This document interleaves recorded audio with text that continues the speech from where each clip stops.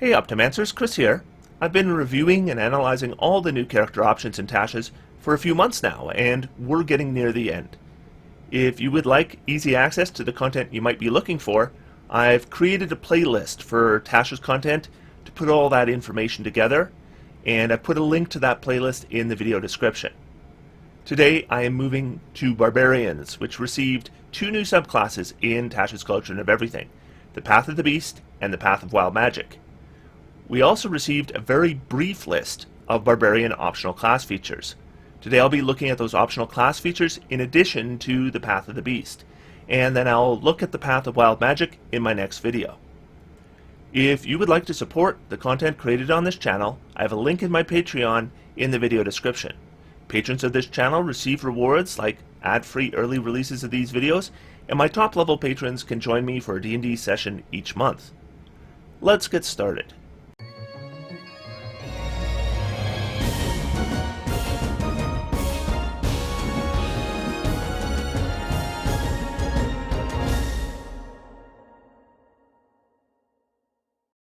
Barbarians only receive two optional class features in Tasha's, but I will say they are both pretty good, and in both cases they're straight gains, not options to change existing features. The first optional feature is Primal Knowledge. This one's pretty simple. You get to add a skill proficiency from the Barbarian list at level 3 and then again at level 10. This means a level 3 Barbarian has as many skill proficiencies as a Ranger, and at level 10 a Barbarian has as many skill proficiencies as a Rogue. Being that I think Barbarian will commonly select Perception and Athletics as their initial class skills, this opens up the door to some more specialized options like Survival, Intimidation, or Animal Handling. Extra skill proficiencies are always nice to have, even if they aren't a big power boost. At level 7, the Barbarian gets Instinctive Pounce. This allows the Barbarian extra movement equal to half their movement speed when they use the bonus action to enter Rage. I think this one is going to be really good for most Barbarians. Barbarians, largely due to the mechanics of Rage and Reckless Attack, tend to be melee combatants, and I see melee marshals unable to take their first round of attacks all the time because of needing to use extra movement at the start of a combat. So I think for a reasonable number of combats, this could end up being a full extra attack action. Less intuitively, this may also end up being improved defense for the Barbarian because of how the mechanics for Rage work. Rage is usually the primary tool that a Barbarian uses to mitigate damage, but if for some reason a Barbarian is unable to attack on their first turn of combat, unless they've taken damage already in that combat, the Barbarian is going to be unable to Rage on their first turn, or that Rage will end at the end of their turn. Sometimes you can do something like throw a javelin, though that can prevent you from using the movement to end your turn where you were hoping to. So until you get Persistent Rage at 15th level, this is going to continue to be an issue if we're playing Rage as it's written. Instinctive Pounce, however, reduces the chance you won't be able to make an attack on your turn, and thus provides you the ability to Rage on round 1 when sometimes you might not have been able to, and thus have greater vulnerability until your turn on round 2. The other way I think this might be useful is if you drop your enemy without using all your attacks. Giving you some extra movement might be what you require to get to your next enemy, once again increasing the number of attacks you're able to make. I think there will be a fair number of combats where this doesn't come into play, but it will come into play sometimes, and when it does, I think the difference will be fairly dramatic, so I think this one's pretty solid. And that's it for optional class features for Barbarian. I think both of these features, though, are pretty decent, though neither of them are particularly powerful, and as a player, I'll be glad to have them, and as a DM, I would have no issue allowing them. So let's move on to our first Barbarian subclass, the Path of the Beast. The Path of the Beast Barbarian has gained some abilities to alter their form, which allows them to gain the features and some of the abilities of animals. Perhaps they're a descendant of a lycanthrope or a shape-changing druid, and they've inherited some of their ability. Or perhaps they're inhabited by some kind of primal or animal spirit that manifests itself through your transformations. Or perhaps this was a gift from some archfey or bestial entity. allowing you to access your shape-changing abilities. So when you first choose the subclass at 3rd level, you gain some ability to alter your form, giving you new attack options. And as we increase levels in this subclass, we start gaining other bestial abilities, and can eventually share some of that power with allies. At 3rd level, we get Form of the Beast. This feature is activated automatically each time we use our rage, and lasts as long as our rage does. This provides us with a natural weapon, and we have a choice from 3 options, which we can select each time we rage, and they count as a simple weapon for us. The first option is the Bite, so our mouth transforms, providing us a bite attack that deals a d8 piercing damage. When we damage a creature with this bite attack on our turn, 1 time per turn, we can heal hit points equal to our proficiency bonus, provided we are currently below half our hit points. The second option is Claws, and both of our hands gain a claw that deals a d6 slashing damage with an attack as long as that hand is empty. When we use the attack action and make at least 1 attack with a claw, we can make an additional claw attack as part of the same action. The final option is a Tail, which does a d8 piercing damage on a hit and has the reach property. In addition, if a creature we can see within 10 feet of us hits us with an attack, we can use our tail and a reaction to roll a d8, and then we can add that result to our armor class against that attack. So potentially we might turn that hit into a miss. So these are 3 very different options. Personally, I think the one that I would likely use the most is the Tail. This is going to fit nicely with the Barbarian that already has their hands full, probably with a heavy 2-handed weapon they're hitting hard with through the Great Weapon Master feat. Likely I would continue making my attacks as normal with my primary weapon, but I'd use the Tail for reaction defense whenever it has a decent shot of turning that hit into a miss, as like when an attack hits us by 4 or less.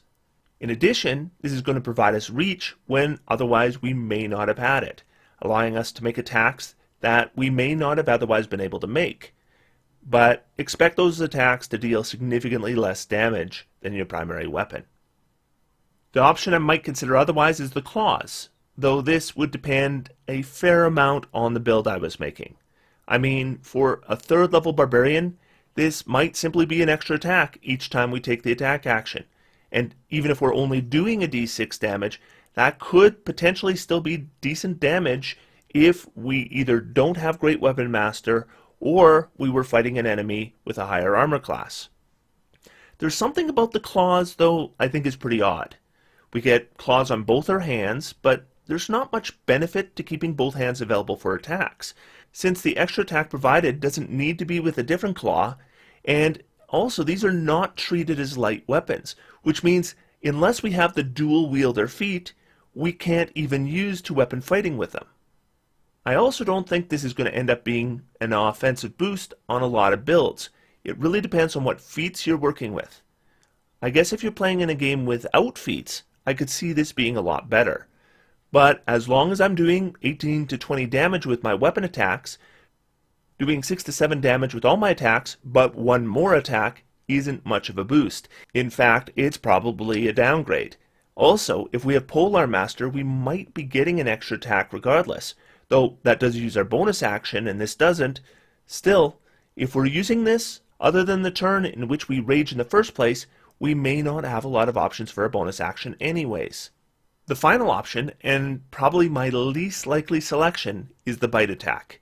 This is not going to be better than a weapon attack, and probably worse, and should we be concentrating on natural attacks for some reason, we should expect this to be less effective than the Claws, or equally effective to the Tail, but without the reach. The benefit here is some healing when we hit with our Bite attack, but this requires that we're sitting at less than half our hit points, so a lot of the time, almost certainly on the first round or 2 after we rage, this isn't going to do anything.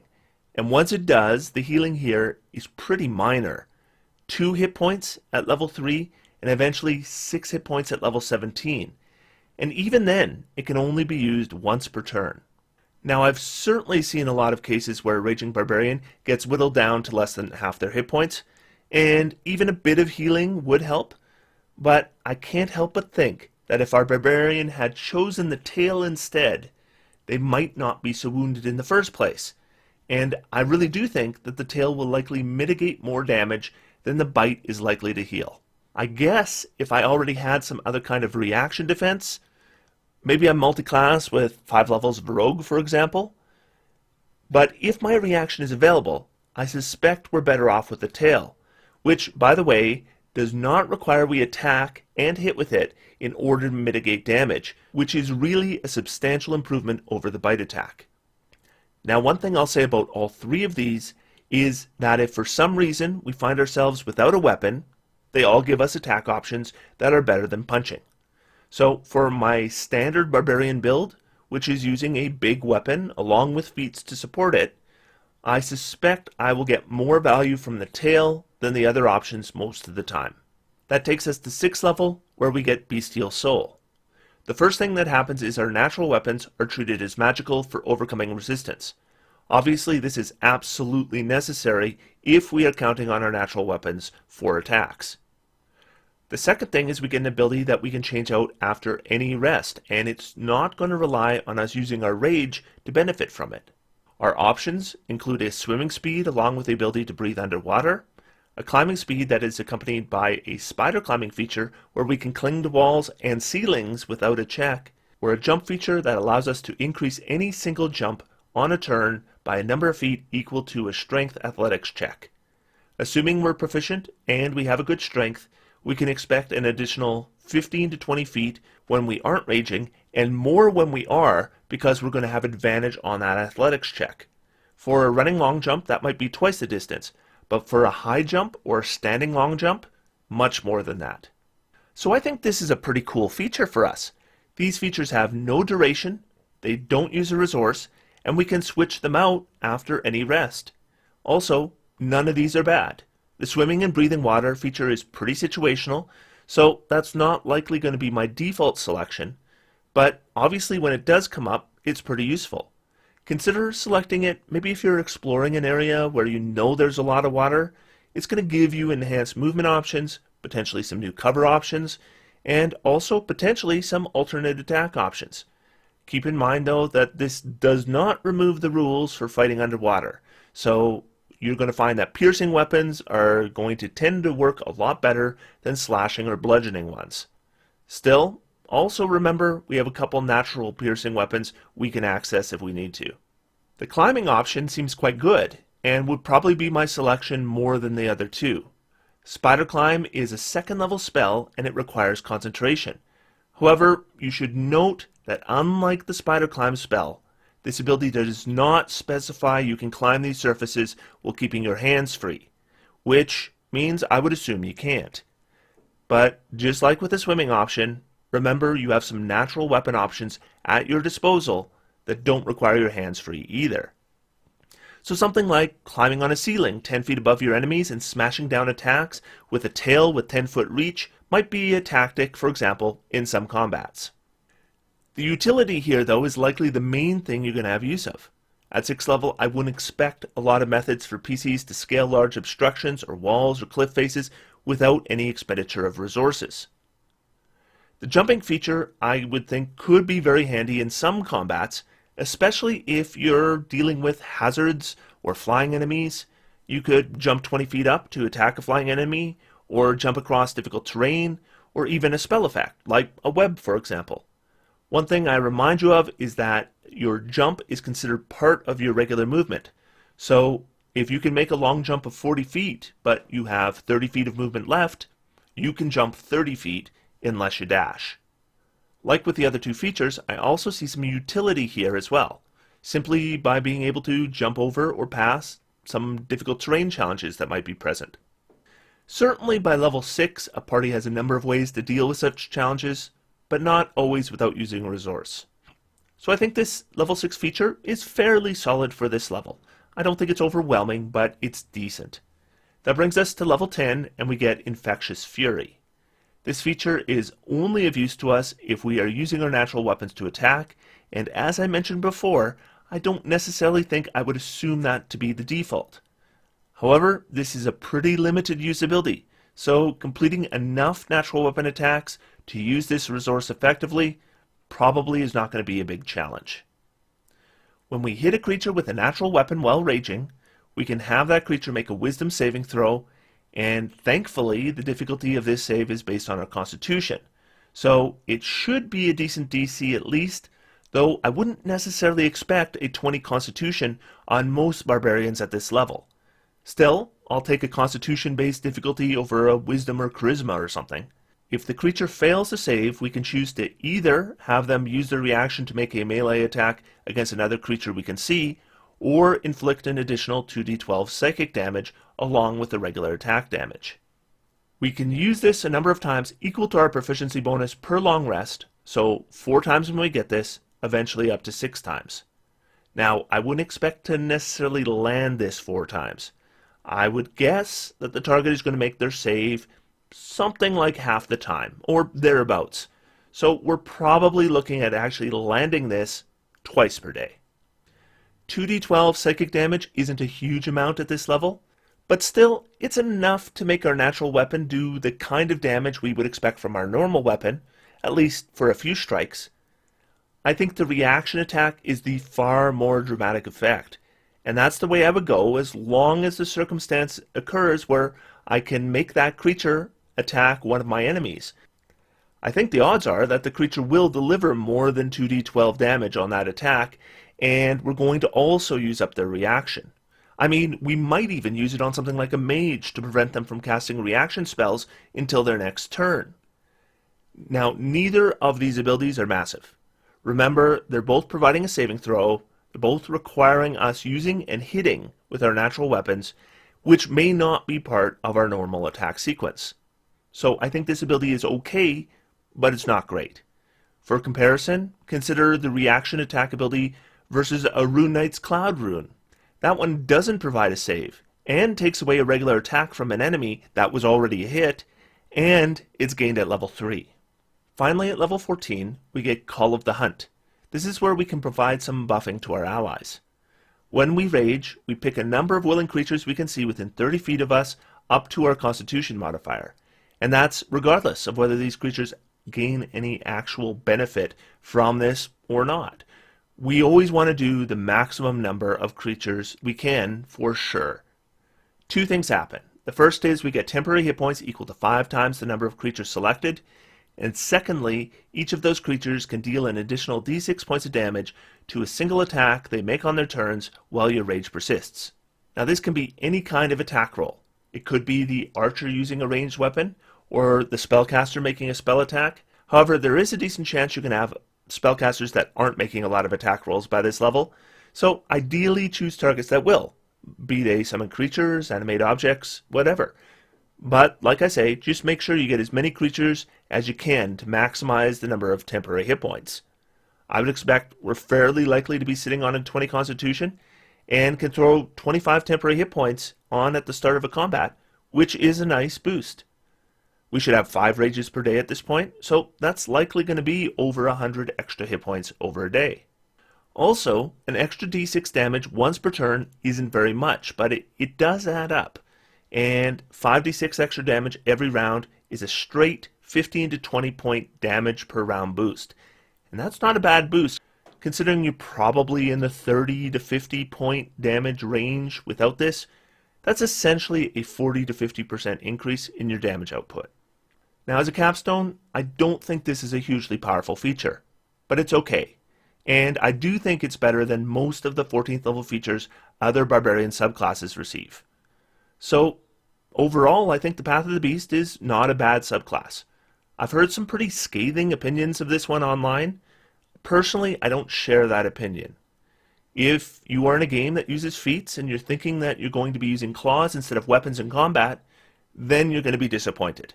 The natural weapons simply don't match what you could already accomplish with a halberd in your hand. However, if you approach the features as an addition to what you can already do, like the tail to provide defense or reach, enhanced movement options through our 6th level feature, a couple of debuff or damage options at 10th, and a hit point and damage boost at 14th, I think Beast does okay. When I look at the Barbarian subclasses that I previously considered the top options, like Totem, Zealot, or Ancestral Guardian, I think this one is comparable, though likely not superior to those options. So the next time I do make a Barbarian, and admittedly that's not very often, or I'm asked for some reason on a Barbarian build, I do think I'll look at this subclass seriously as an option, and that's enough on its own to make me glad this subclass exists. One thing I find in general for Barbarians is I don't see a lot of incentive to take them to high levels. I think the majority of the good stuff comes fairly early on, and I don't think that either the optional class features or Path of the Beast change that, though I am more likely to consider level 7 before switching instead of jumping out at level 5. In my next video I'll be covering the final subclass in Tasha's Cauldron of Everything, the Path of the Wild Magic Barbarian. I hope you'll join me for that. Otherwise, until next time, I'm going to sit back, relax, and have some fun. D&D is for everyone. Thanks everybody. Talk to you soon.